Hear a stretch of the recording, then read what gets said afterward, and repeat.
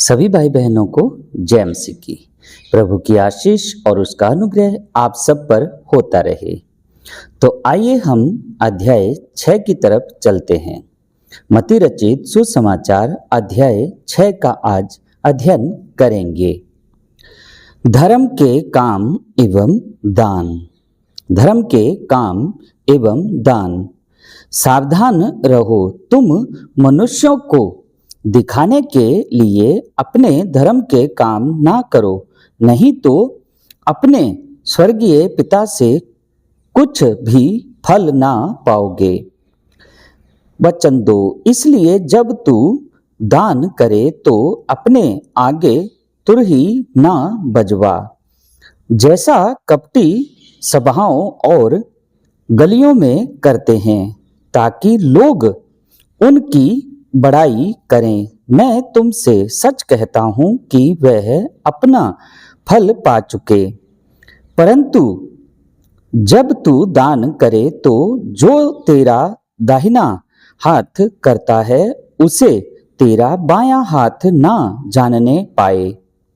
वचन 4, ताकि तेरा दान गुप्त रहे और तब तेरा पिता जो स्वर्ग में गुप्त में देखता है तुझे प्रतिफल देगा। वचन 5, और जब तू प्रार्थना करे तो कपटियों के समान ना हो, क्योंकि लोगों को दिखाने के लिए सभाओं में और सड़कों की मोड़ों पर खड़े होकर प्रार्थना करना उनको अच्छा लगता है। मैं तुमसे सच कहता हूं कि वह अपना प्रतिफल पा चुके। वचन 6, परंतु जब तू प्रार्थना करे तो अपनी कोठरी में जा और द्वार बंद करके अपने पिता से जो गुप्त में है प्रार्थना कर, और तब तेरा पिता जो गुप्त में देखता है तुझे प्रतिफल देगा। वचन 7,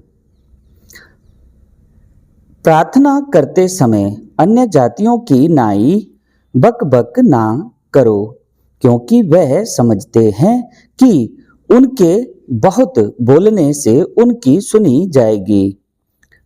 वचन 8, सो तुम उनकी नाई ना बनो, क्योंकि तुम्हारा पिता तुम्हारे मांगने से पहले ही जानता है कि तुम्हारी क्या क्या आवश्यकता है।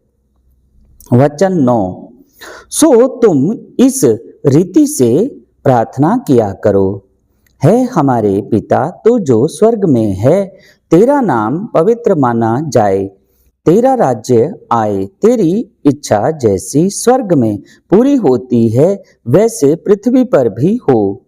हमारी दिन भर की रोटी आज हमें दे, और जिस प्रकार हमने अपने अपराधियों को क्षमा किया है वैसे ही तू भी हमारे अपराधों को क्षमा कर, और हमें परीक्षा में ना ला परंतु बुराई से बचा, क्योंकि राज्य और पराक्रम और महिमा सदा तेरे ही हैं। आमीन। वचन 14, इसलिए यदि तू मनुष्यों के अपराध क्षमा करोगे तो तुम्हारा स्वर्गीय पिता भी तुम्हें क्षमा करेगा, और यदि तुम मनुष्यों के अपराध क्षमा ना करोगे तो तुम्हारा पिता भी तुम्हारे अपराध क्षमा ना करेगा। जब तुम उपवास करो तो कपटियों की नाई तुम्हारे मुंह पर उदासी ना छाई रहे, क्योंकि वह अपना मुंह बनाए रहते हैं ताकि लोग उन्हें उपवासी जाने। मैं तुमसे सच कहता हूं कि वह अपना प्रतिफल पा चुके। वचन 17, परंतु जब तू उपवास करे तो अपने सिर पर तेल मल और मुंह धो। वचन 18, ताकि लोग नहीं परंतु तेरा पिता जो गुप्त में है तुझे उपवासी जाने। इस दशा में तेरा पिता जो गुप्त में देखता है तुझे प्रतिफल देगा। स्वर्गीय धन अपने लिए पृथ्वी पर धन इकट्ठा ना करो। अपने लिए पृथ्वी पर धन इकट्ठा ना करो, जहाँ कीड़ा और काई बिगाड़ते हैं और जहाँ चोर सेध लगाते और चुराते हैं, परंतु अपने लिए स्वर्ग में धन इकट्ठा करो, जहाँ ना तो कीड़ा और ना काई बिगाड़ते हैं और जहाँ चोर ना सेध लगाते और ना चुराते हैं। वचन 21। क्योंकि जहाँ तेरा धन है वहाँ तेरा मन भी लगा रहेगा। वचन 22। शरीर का दिया आँख है, शरीर का दिया आँख है, इसलिए यदि तेरी आँख निर्मल हो तो तेरा सारा शरीर भी उजियाला होगा। वचन 23। परंतु यदि तेरी आँख बुरी हो तो तेरा सारा शरीर भी अंधियारा होगा। इस कारण वह उजियाला जो तुझ में है, यदि अंधकार हो तो वह अंधकार कैसा बड़ा होगा। वचन 24। कोई मनुष्य दो स्वामियों की सेवा नहीं कर सकता।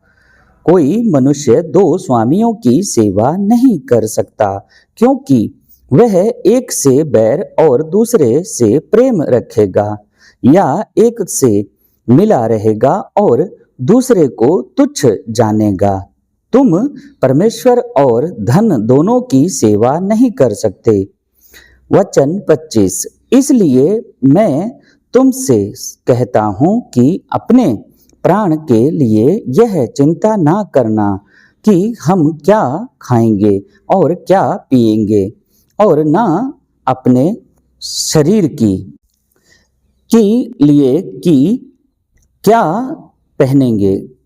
क्या प्राण भोजन से और शरीर वस्त्र से बढ़कर नहीं। वचन 26। आकाश के पक्षियों को देखो, वह ना बोते हैं ना काटते हैं और ना खेतों में बटोरते हैं, तो भी तुम्हारा स्वर्गीय पिता उनको खिलाता है। क्या तुम उनसे अधिक मूल्य नहीं रखते। वचन 27। तुम में कौन है जो चिंता करके अपनी अवस्था के में एक घड़ी भी बढ़ा सकता है। वचन 28। और वस्त्र के लिए क्यों चिंता करते हो, जंगली सैसों पर ध्यान करो कि वह कैसे बढ़ते हैं, वह ना तो परिश्रम करते हैं,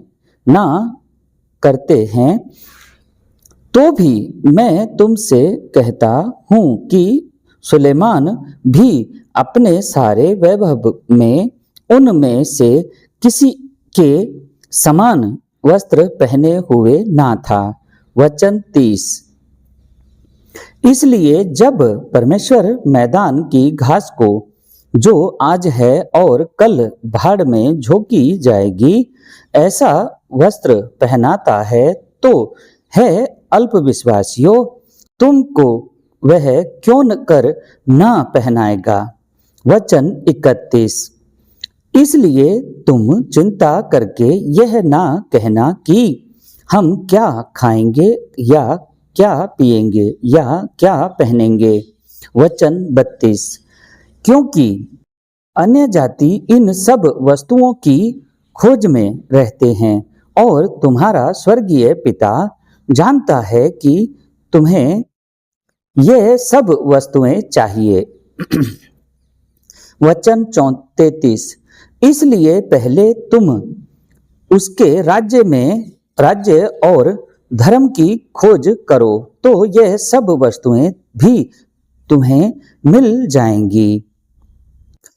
वचन 34। सो कल के लिए चिंता ना करो, क्योंकि कल का दिन अपनी चिंता आप कर लेगा। आज के लिए आज ही का दुख बहुत है। आमीन। तो मेरे भाई मेरी बहन, ऐसे ही वचनों में बने रहो। ऐसे ही वचनों में बने रहो और प्रभु की आशीष और उसके अनुग्रह में आगे बढ़ते जाओ। प्रार्थना करो, एक दूसरे का साथ दो, दुखों में उसके साथ खड़े हो जाओ, बीमारियों में उसके लिए प्रार्थना करो। यही प्रेम भाव है। और हर एक बुराई से दूर रहें, लड़ाई झगड़े से, बैर विरोध से, नशे से, व्यभिचार से, निंदा से, चुगली से, इन चीजों से दूर रहें और प्रभु की आशीष में आगे फलते फूलते जाएं। तो हमें एक दूसरे का साथ लेकर के ऐसे ही आगे बढ़ते जाना है और बुराइयों के ऊपर हमें विजय हासिल करनी है, उन्हें खत्म करना है और अच्छाइयों को उजागर करना है। तो आज के लिए इतना ही। आप सबका दुआओं और वचनों में बने रहने के लिए धन्यवाद।